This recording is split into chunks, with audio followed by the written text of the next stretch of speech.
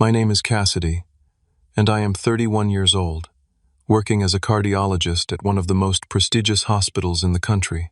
After a decade of silence, my phone rang with a call I never expected to receive. My parents needed something from me, the son they had once deemed unworthy of financial support. The irony was not lost on me. Before I get into my story, let me know where you are watching from in the comments below, and be sure to like and subscribe to hear more stories of triumph over family betrayal. Growing up in a middle-class neighborhood in Boston, I never would have imagined the path my life would take. Our family seemed normal on the surface. My father Richard worked as a finance manager at a mid-sized company. My mother Karen was an elementary school teacher, and my sister Heather was 5 years younger than me. We lived in a comfortable 4-bedroom house with a small backyard where Dad would occasionally grill on weekends while Mom tended to her flower garden. From the outside, we probably looked like the typical American family. As a child, I was always drawn to science and medicine. I remember being 7 years old when I got a children's doctor kit for Christmas and would go around the house with my plastic stethoscope, listening to everyone's heartbeats. By the time I was in middle school, I was borrowing medical books from the library, fascinated by how the human body worked. My parents seemed pleased with my academic interests, at least at first. Heather, on the other hand, was different from me in almost every way. Where I was studious and serious, she was social and carefree. She struggled in school but excelled at making friends and charming adults. I noticed early on how my parents would rush to help her with homework or school projects, spending hours at the kitchen table with her, while telling me to figure things out on my own because I was smart enough. The first clear memory I have of feeling the difference in treatment was on my 12th birthday. I had been hoping for a telescope I had pointed out months earlier at the Science Museum gift shop. It cost $150, which seemed like a fortune to me then. Instead, I received a basic chemistry set that cost maybe $30.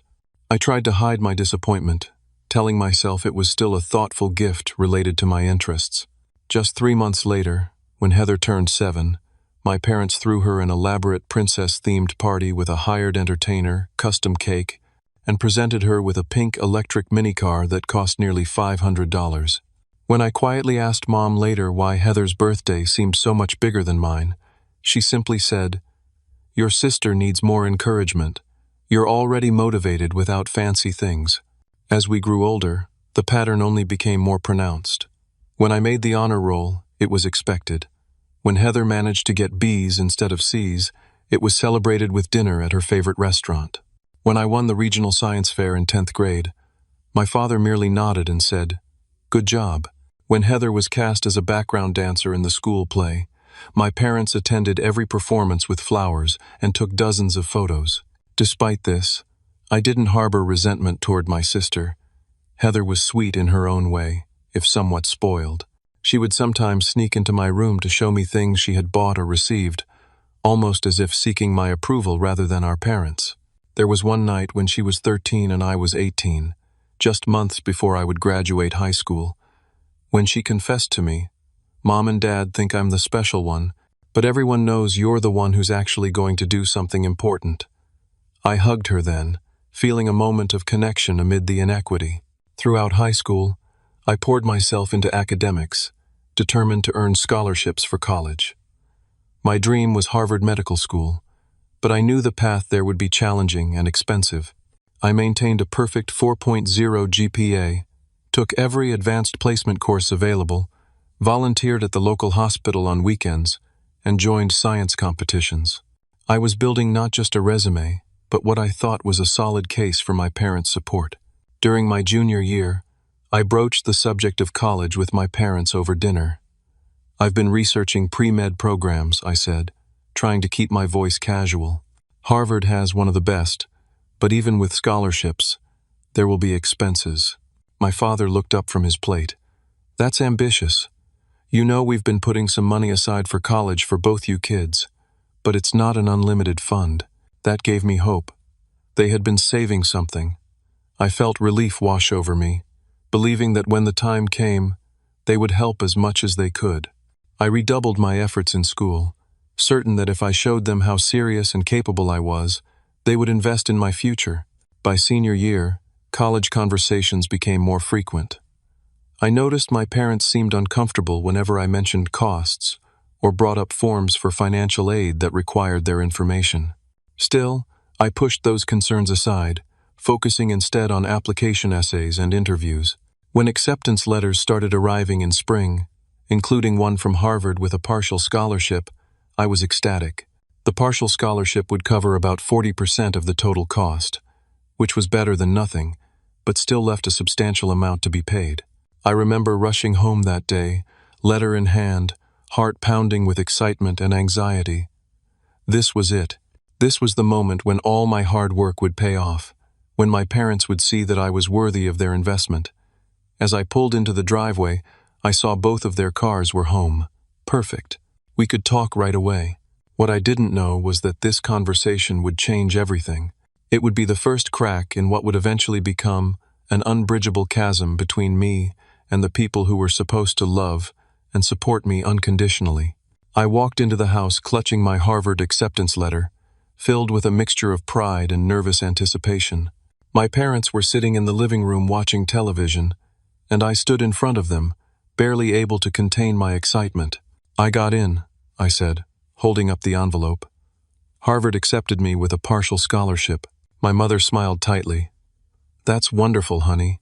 We knew you could do it." My father nodded but didn't meet my eyes. "Good job, son." Their lukewarm response confused me, but I pressed on, sitting down across from them. "So, we should talk about finances. The scholarship covers about 40%, but there's still tuition, housing, books, and other expenses to figure out." A heavy silence fell over the room. My parents exchanged glances before my father cleared his throat. "Cassidy, we need to have an honest conversation," he began, his voice formal as if he were speaking to one of his employees rather than his son. "Your mother and I have discussed this extensively, and we've decided that we won't be able to provide financial support for your college education."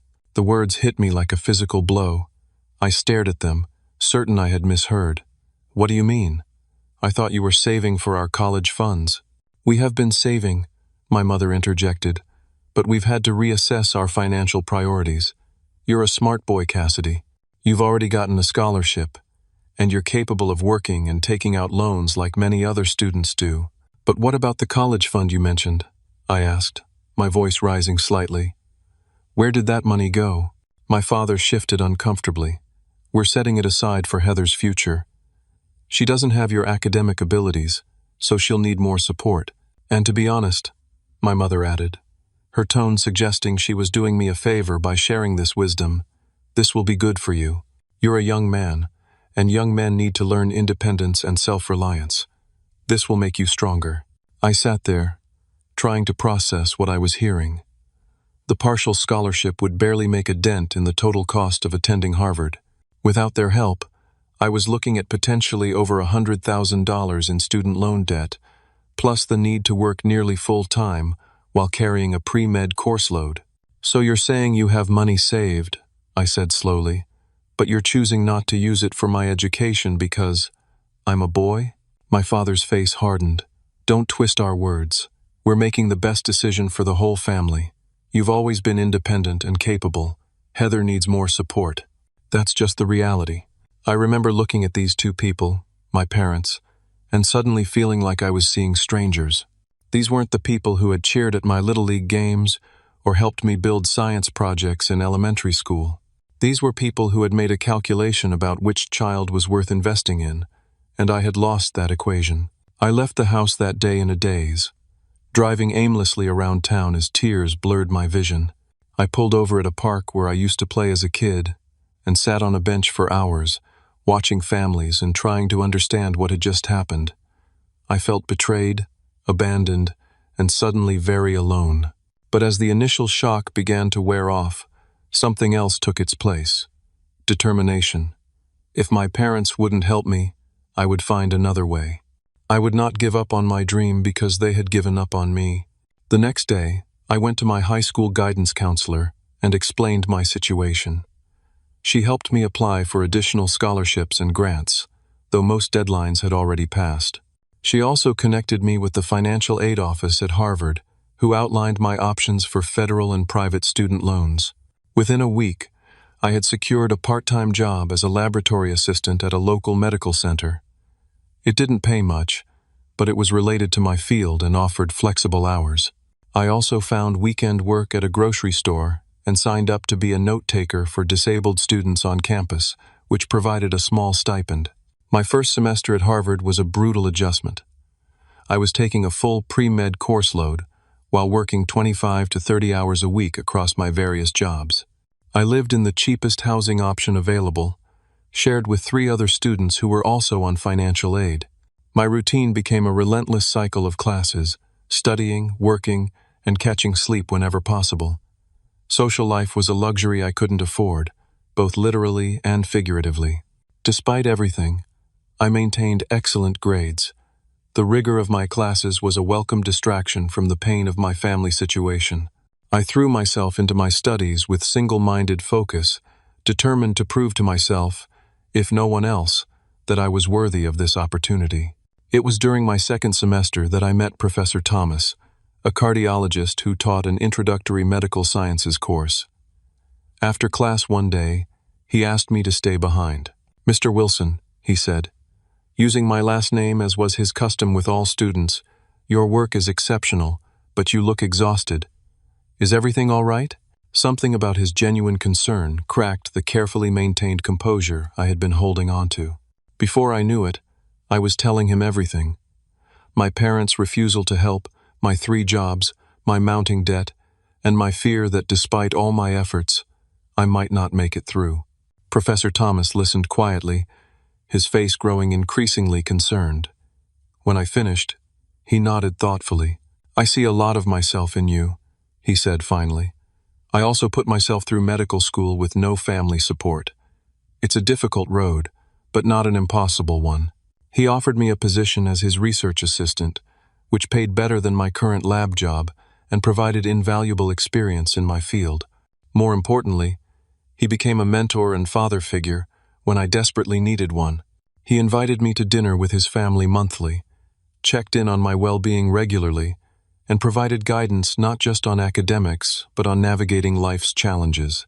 With Professor Thomas's support and my own determination, I settled into a sustainable, if difficult, rhythm. I still called home occasionally during that first year, brief, strained conversations where neither side mentioned money or the rift that had formed.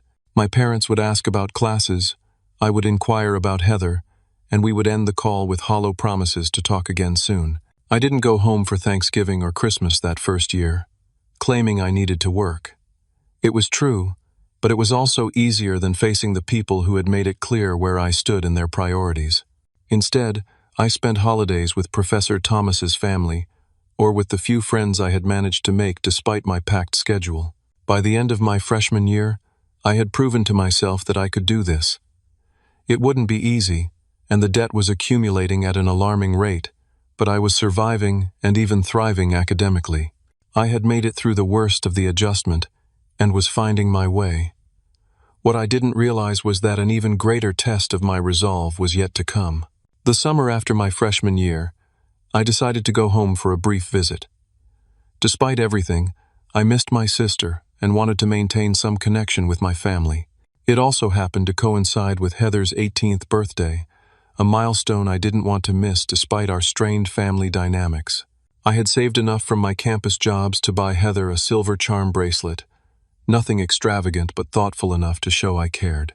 I arrived the day before her birthday, greeted with awkward hugs and superficial conversation about school and work. No one mentioned my financial struggles or the elephant in the room, their decision not to support my education. The next morning, I was awakened by excited squeals from downstairs. I threw on some clothes and headed down to find Heather jumping up and down in the driveway while my parents stood beaming beside her. Parked in front of our house was a brand new white Mercedes convertible with a massive red bow on the hood. Time seemed to slow as I stood frozen on the front steps, trying to comprehend what I was seeing. A Mercedes, brand new, the kind of car that cost upwards of $55,000. More than a year's tuition at Harvard, more than what I would earn, working all 3 of my jobs for 2 years straight. "Do you love it?" my mother was asking Heather, who was now sitting in the driver's seat, running her hands over the leather interior. "It's perfect! Oh my God, I can't believe it's mine!" Heather squealed, honking the horn playfully. My father noticed me standing there and had the decency to look slightly uncomfortable. "Morning, Cassidy. Come see your sister's birthday present. She needed a reliable car for college." I walked down the steps slowly, feeling as though I were moving through molasses. A reliable car for college. I thought of the rusted 15-year-old Honda I had bought for $1,200 with my savings from high school jobs, the car that frequently broke down and cost me hundreds in repairs I could barely afford. "Wow," was all I could manage to say. "That's some car." Heather seemed oblivious to the tension, excitedly showing me features of the Mercedes. "It has heated seats and a premium sound system, and look, the navigation screen is huge." I nodded mechanically, fighting to keep my expression neutral. This wasn't her fault, I reminded myself. This was our parents' doing. Later that day, relatives and Heather's friends arrived for her birthday party. It was an elaborate affair with catered food, a professional photographer, and even a hired DJ in our backyard. As I helped set up tables, I overheard my mother on the phone with the caterer, casually approving an additional $500 for an upgraded dessert selection. During dinner, my father stood up to make a toast to Heather. "Today we celebrate our beautiful daughter turning 18 and preparing for her next adventure. We're so proud of you, sweetheart, and want you to know that we'll always support you. We've already set aside funds for your tuition at Brentwood University, so you can focus on enjoying the college experience without financial worries." I nearly choked on my drink. Brentwood University was a private college known more for its social scene than its academics, with annual costs exceeding $40,000, and they were paying for it in full.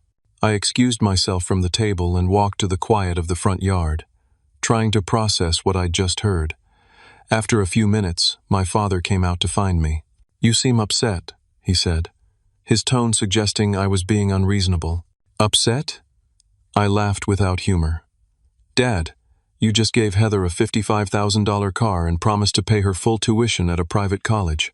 Meanwhile, I'm working 3 jobs and taking on massive debt for a degree you refused to help with. What exactly did you expect me to feel?" He sighed as if I were being childish. "It's different with your sister.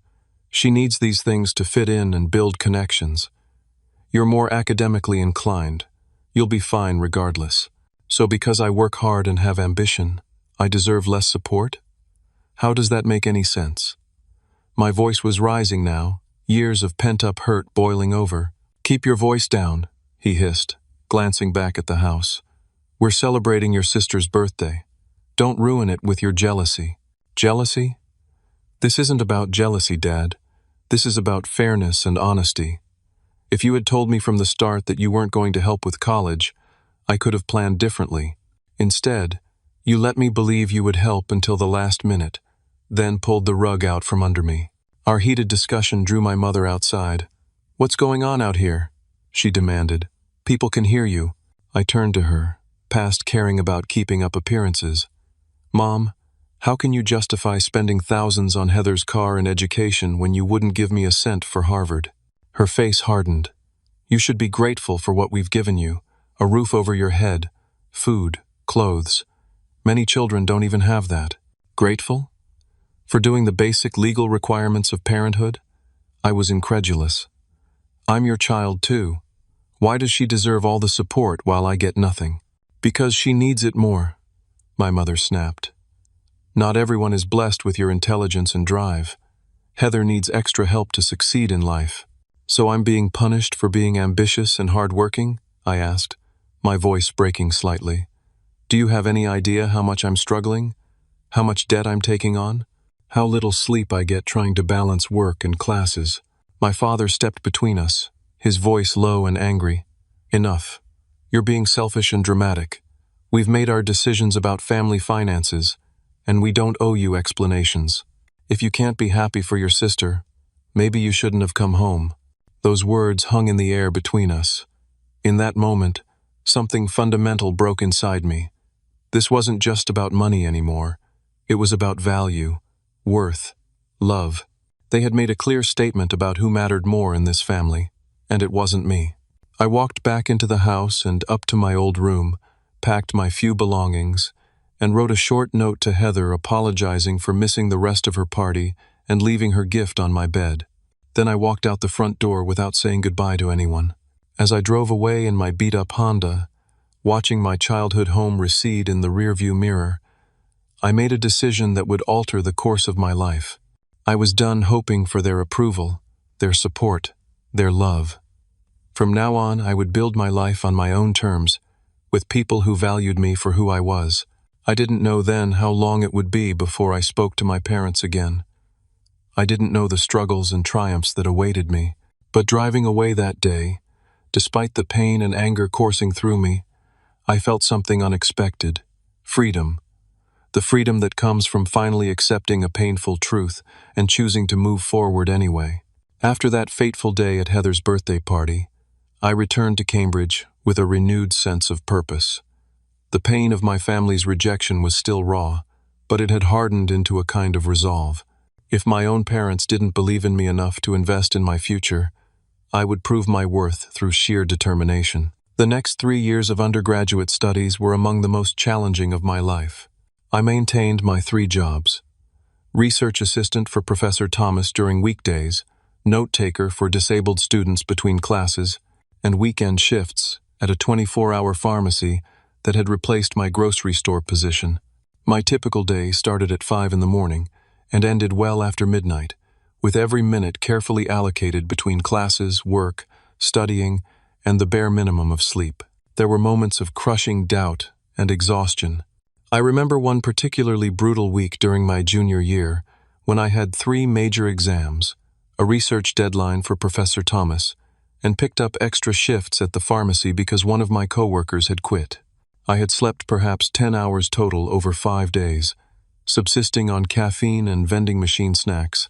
After finishing my last exam, I stumbled back to my shared apartment and collapsed in tears, wondering if I could really make it through another 1.5 years of this, let alone medical school afterward.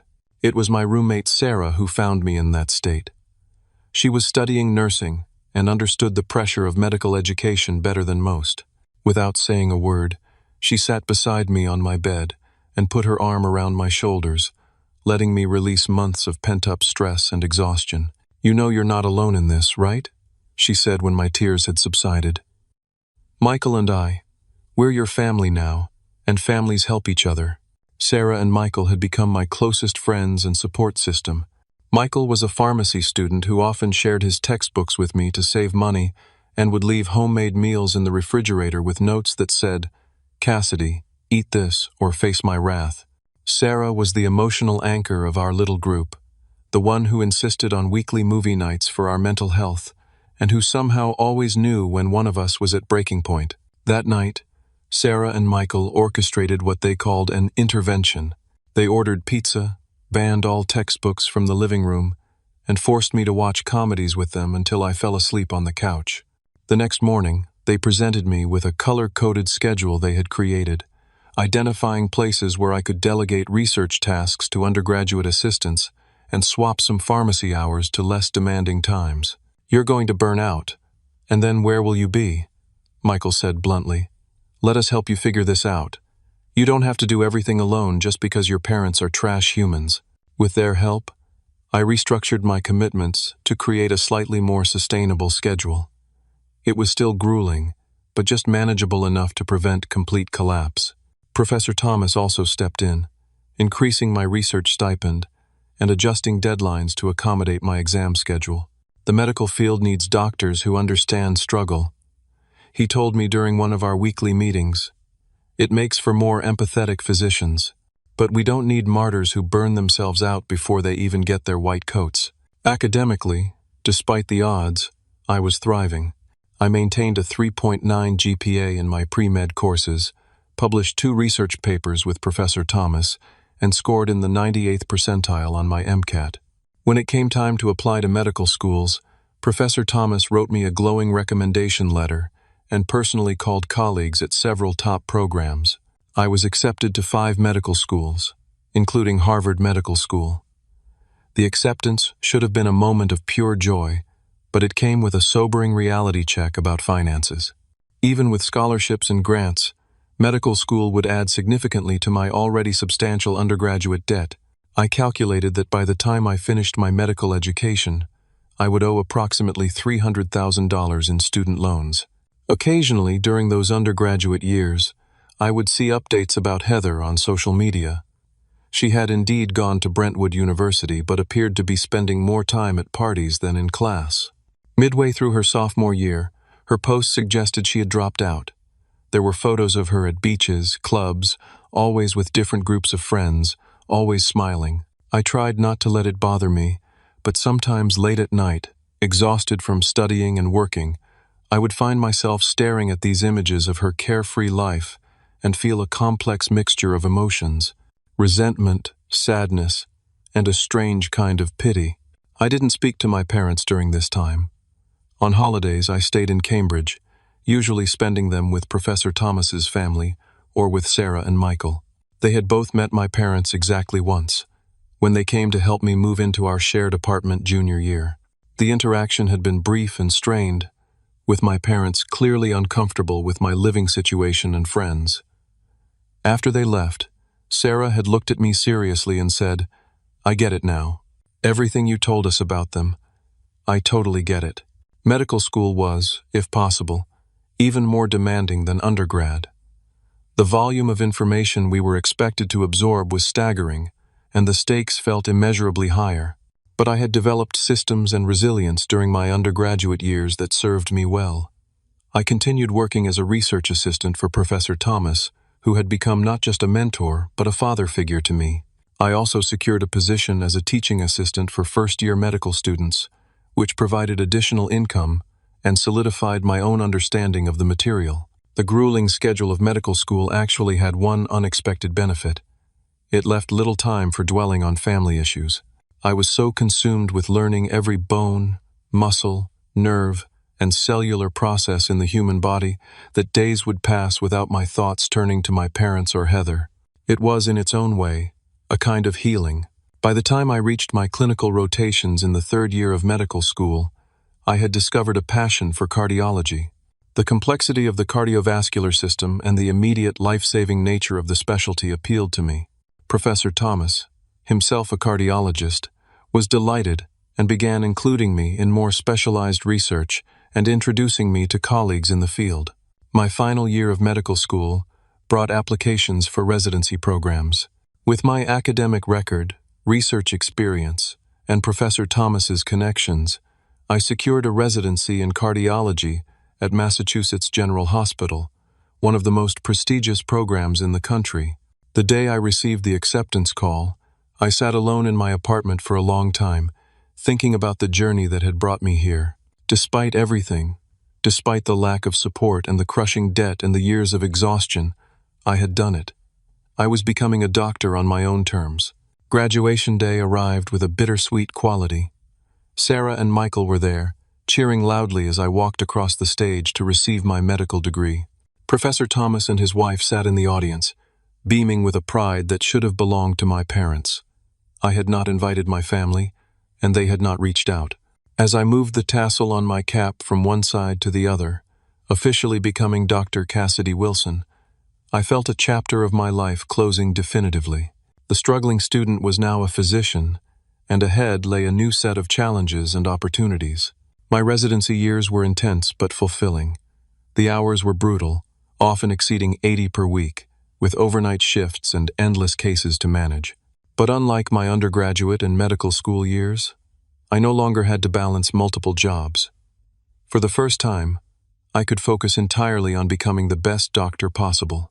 My residence salary wasn't much, but it was enough to cover my basic living expenses, though not enough to make significant payments on my student loans beyond the minimum required. I found myself drawn to interventional cardiology, the subspecialty that deals with catheter-based treatment of heart diseases. There was something deeply satisfying about the immediate results of these procedures, about literally saving lives with my hands and knowledge. My mentors noted my skill and dedication, and I began to build a reputation as a promising young cardiologist. By the time I completed my residency and fellowship at age 30, I had offers from several prestigious hospitals. I chose Boston Memorial Hospital, partly for its excellent cardiology department, and partly because it kept me close to the support network I had built.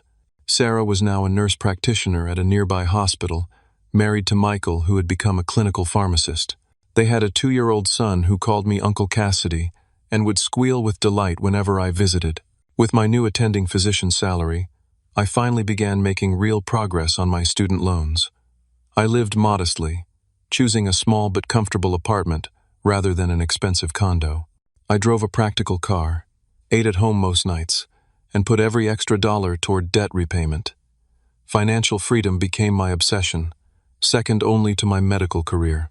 It was at a hospital fundraiser that I met Elizabeth. She was a healthcare attorney representing the hospital in a complicated case involving medical device patents. We were seated at the same table and fell into conversation about the intersection of medicine and law. She was brilliant, direct, and had a dry wit that made me laugh for the first time in what felt like years. Our relationship developed slowly. Both of us were career-focused, with demanding schedules and little patience for traditional dating rituals. We would meet for coffee between my surgeries and her court appearances, have late dinners after long days at work, and occasionally spend entire Sundays doing nothing but reading in comfortable silence in her apartment or mine. Elizabeth came from a close-knit family in Maine, and the first time she invited me to join them for a holiday dinner, I was terrified. I had become so accustomed to distance from family that I wasn't sure how to behave in a healthy family dynamic. Her parents were warm and welcoming. Her siblings teased her mercilessly but with obvious affection, and the whole experience left me with a complex mix of emotions: joy at being included, sadness for what I had missed growing up, and a strange sense of healing as I witnessed what family could and should be. "They liked you," Elizabeth said on the drive back to Boston. "Dad doesn't offer his special whiskey to just anyone." "They're incredible," I replied honestly. "You're lucky to have them." She reached over and took my hand. "I know, and now you have them too." It was a simple statement, but it nearly brought me to tears. The idea that I could be absorbed into this loving family circle felt like a gift I hadn't earned and wasn't sure I knew how to accept. My career continued to flourish. I published research papers, spoke at conferences, and developed a particular expertise in treating complex coronary artery disease. At 31, I was appointed as the Associate Director of Interventional Cardiology at Boston Memorial, one of the youngest physicians to hold such a position. The promotion came with a significant salary increase, allowing me to finally pay off the last of my student loans. The day I made the final payment, I sat staring at the screen for several minutes, watching my account balance show zero for the first time since I was 18. 13 years of debt, gone. I had done it entirely on my own, without a cent of family support. The pride I felt was immeasurable. With my debts cleared, I bought my first home, a modest but charming townhouse in Cambridge, not far from where I had struggled through my college years. As I signed the mortgage papers, I thought about the journey from scared, rejected 18-year-old to homeowner and successful cardiologist. The path had been harder than it needed to be, but perhaps that was what made this moment so sweet. Elizabeth moved in with me 6 months later, and our life together fell into a comfortable rhythm. She understood the demands of my profession, just as I respected the intensity of her legal career. We supported each other's ambitions without competition or resentment, creating a partnership based on mutual respect and genuine admiration. Outside of work and my relationship with Elizabeth, I found fulfillment in mentoring young medical students, particularly those from disadvantaged backgrounds or without family support. I volunteered at a free clinic once a month, providing cardiac care to patients without insurance. I even established a small scholarship fund at Harvard Medical School, specifically for students who were putting themselves through school without family financial support. Sarah and Michael remained central figures in my life. Their son Noah was now 4, and they had welcomed a daughter, Emma. Sunday dinners at their house became a tradition, a time when we could all relax and enjoy each other's company without the pressures of our demanding careers. Watching them parent with such love and intention sometimes made me reflect on my own upbringing, on the stark differences between their parenting and what I had experienced. "You know," Sarah said to me once, after the children were in bed and we were sharing a bottle of wine, "you're going to be an amazing father someday." "How can you be so sure?" I asked, genuinely curious. "It's not like I had great role models." "Exactly because of that," she said firmly. "You know exactly what not to do, and I've seen you with our kids. You pay attention, you listen, you respect them as people. That's what makes a good parent." Her words stayed with me, challenging the fear I had carried that somehow my parents' failures would be replicated in me if I ever had children of my own. Perhaps the very awareness of what had hurt me would ensure I never inflicted those same wounds on others. Throughout these years of building my career and new life, I had maintained zero contact with my parents. I had heard through distant relatives that they were still in the same house, that my father had been promoted to a higher position at his company, that they took regular vacations to Florida. I knew that Heather had moved back home after dropping out of college and had cycled through several jobs without finding a career. None of this information brought me any satisfaction or sense of vindication. I had long since moved past, hoping for their approval or justice for their unequal treatment. Or so I thought, until the day my phone rang with an unfamiliar number and I heard my father's voice for the first time in a decade. It was a Tuesday evening in October when my phone rang. Elizabeth and I were preparing dinner together in our kitchen, something we did whenever our schedules aligned. I glanced at the screen, not recognizing the number, but answering anyway in case it was related to a patient. "Dr. Wilson speaking," I said, phone tucked between my ear and shoulder as I continued chopping vegetables. There was a pause, then a voice I hadn't heard in 10 years but would recognize anywhere. "Cassidy? It's Dad," the knife stilled in my hand. Elizabeth noticed my sudden tension and looked at me questioningly. I mouthed my father to her, and her eyebrows shot up in surprise. "Hello," I said finally, my voice carefully neutral. "This is unexpected." Another pause. "Yes, well, it's been a while. How are you?" The banality of the question after a decade of silence was almost comical. "I'm fine. Is there something you needed?" I could hear him clear his throat, a nervous habit I remembered from childhood. "Actually, there is. We have a situation here, and I was hoping we could talk." As family, the word family coming from him felt hollow, almost offensive. "Go ahead," I said, setting down the knife and moving to the living room for privacy, though I had no intention of hiding this conversation from Elizabeth. "Well, things have been difficult lately," he began. "The company I was with went through a restructuring last year, and I was let go. Been trying to find something comparable, but at my age, it's not easy." I said nothing, waiting for him to continue. "Your mother's had some health issues too. Nothing life-threatening, but she needed surgery last spring for her gallbladder, and our insurance didn't cover everything. Between the medical bills and my unemployment, our savings have taken a hit." I still remained silent, unsure where this was heading, but feeling a growing sense of disbelief. He sighed heavily. "And now Heather is engaged. Nice fellow, comes from a good family. Jason Barnes, his father owns that chain of car dealerships across New England. They're planning a wedding for next summer, and, well, you know these things can be expensive." I almost laughed. Of course, this wasn't a reconciliation attempt. They needed something from me. "Congratulations to Heather," I said flatly. "I'm sorry to hear about Mom's health issues and your job situation, but I'm not sure why you're telling me this after 10 years of no contact." "Cassidy," my father said, his voice taking on a wheedling quality I had never heard before, "you're doing well for yourself. We've heard about your position at Boston Memorial. Dr. Wilson, Associate Director of Cardiology. We're proud of what you've accomplished." The hollow praise made my stomach turn. "Again, why are you calling me now?" "We need help with Heather's wedding," he said finally, abandoning pretense. "The Barnes family is expecting something, well, substantial. We can't afford to look like we can't provide properly for our daughter. It would be humiliating." I sat down heavily on our couch, genuinely stunned. "You're calling me after 10 years to ask for money? For a wedding?" "Not just any wedding," my father said quickly. "This is Heather's future. The Barnes family is very well connected. This marriage could secure her entire life. We need about $75,000 to cover our portion of the expenses. I know it sounds like a lot, but for someone in your position, my position, I repeated slowly, my position as someone who put himself through college and medical school without a cent of help from his parents? That position? Now, Cassidy, we've been over this. We made the decisions we thought were best at the time.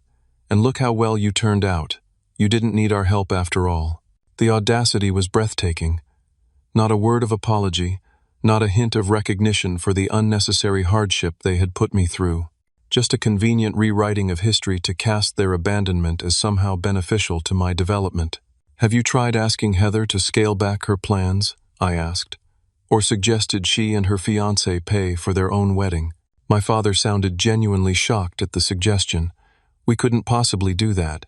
Heather has her heart set on this wedding, and the Barnes family would think well, they might reconsider the match.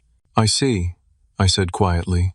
So this is still about appearances, about what other people think of you. It's about family, Cassidy, about helping each other. Heather is your sister. Don't you want her to be happy? I thought about Heather then, about the sweet little girl who had sometimes sneaked into my room to show me her treasures, who had once told me I was the one who would do something important. I felt no animosity toward her. But I also recognized the pattern playing out again, the expectation that I would sacrifice while she received. Did it ever occur to you, I asked slowly, that I might have wanted to be happy too? That having parents who supported my education might have made my path a little less brutal? That's ancient history, my father dismissed. We're talking about now, about your sister's future. I sat in silence for a long moment, contemplating the absolute lack of self-awareness or remorse in his voice. 10 years had passed, and nothing had changed. They still saw me as a resource to be tapped, not a son to be loved. And then, to my own surprise, I laughed. It wasn't a bitter laugh or an angry one. It was the laugh of someone who had finally, completely let go of a burden they had carried too long. I was free of the need for their approval, their love, their understanding. I had built a life filled with people who valued me, who supported me without conditions, who loved me for exactly who I was. I'm sorry, I said, and I meant it, though not in the way he would interpret. I won't be helping with Heather's wedding. I wish you all the best. Cassidy, wait. My father started, his voice rising in alarm. You don't understand how important this is. We're talking about your sister's future, about our family's reputation. Goodbye, Dad, I said calmly, and ended the call. Elizabeth had been watching from the kitchen doorway. She came and sat beside me, taking my hand in hers. Are you okay? I looked at her, this brilliant, kind woman who had chosen to share her life with me. You know what? I really am. For the first time in maybe my whole life, I really am okay. That night, my phone rang repeatedly with calls from both my parents. I didn't answer. They left voicemails ranging from guilt-tripping to angry to pleading. My mother texted that I was breaking Heather's heart, that I had always been selfish, that after everything they had done for me, this was how I repaid them. My father's messages became increasingly desperate, eventually offering to recognize my contribution with a mention in his father of the bride's speech. After a day of this, I composed a brief email. I put myself through Harvard and medical school while working multiple jobs and accumulating hundreds of thousands in debt that I only recently paid off. I did this because you chose not to help me, saying I needed to learn independence. I learned that lesson well. Heather is 26. Perhaps it's time she learned it too. Please do not contact me again, unless it's to acknowledge and apologize for the disparity in how you treated your children. I never received a response to that email, but the calls and messages stopped. Through mutual acquaintances, I heard that Heather and Jason had a small wedding at his parents' beach house rather than the extravaganza originally planned.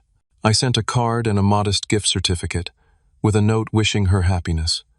It was the most I could offer without reopening wounds that had finally begun to heal. 6 months after the unexpected call from my father, Elizabeth and I were having dinner at an Italian restaurant we both loved when she asked me a question that caught me off guard.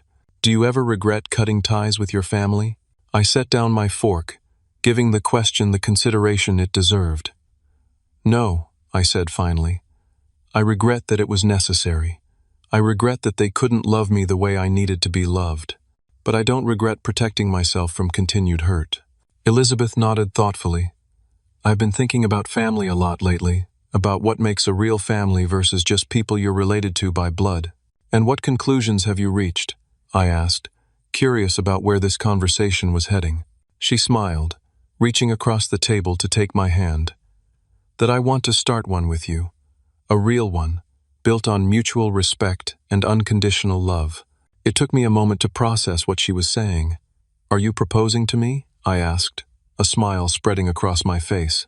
"I suppose I am," she laughed, "though I didn't plan to do it quite like this. But yes, Cassidy Wilson, I want to marry you. I want us to be a family, the kind that supports each other equally and loves without conditions." I didn't hesitate. "Yes," I said simply. "There's nothing I want more." We were married the following spring, in a ceremony that reflected who we were: intimate, meaningful, and surrounded only by people who truly cared for us. Sarah was my best woman. Michael gave a toast that had everyone alternating between laughter and tears, and Professor Thomas, now retired but still a central figure in my life, walked me down the aisle in the absence of my father. The wedding cost a fraction of what my parents had deemed necessary for Heather's, yet it was perfect in every way that mattered. Elizabeth and I wrote our own vows, promising not just love and fidelity but also respect, equality, and unwavering support for each other's dreams and growth. Around this time, I was approached by Harvard Medical School about establishing a more formal scholarship program for students without family financial support. The idea resonated deeply with me, and Elizabeth and I decided to commit a significant portion of our income to fund what we called the Self-Reliance Scholarship. Unlike most scholarships that focused solely on academic achievement, this one specifically sought out students who were putting themselves through medical school with little or no family assistance. The first year, we funded 3 scholarships. By the third year, other donors had joined our cause, and we were able to support 10 students annually. I made a point of meeting each recipient personally, sharing my own story and offering mentorship along with financial aid. These meetings were profoundly healing for me, transforming my painful experiences into something that could help others facing similar challenges. Through mutual friends, I occasionally heard updates about my parents and Heather. My father had eventually found work at a smaller company, though at a significantly reduced salary. My mother's health had stabilized. Heather's marriage to Jason had ended after just 2 years, and she had moved back in with my parents temporarily. Despite everything, I wished them no ill. I had simply accepted that they could not be part of my life in any healthy way. Elizabeth and I welcomed our first child, a daughter we named Grace, 2 years after our wedding. Holding her in my arms for the first time, I made a silent promise that she would always know her worth, that she would never question whether she was loved or valued. We had a son, Benjamin, 2 years later, and I made him the same promise. Parenthood brought its own challenges and joys, but it also provided unexpected healing. Each time I chose to respond to my children with patience rather than frustration, with encouragement rather than criticism, I was breaking the patterns I had experienced.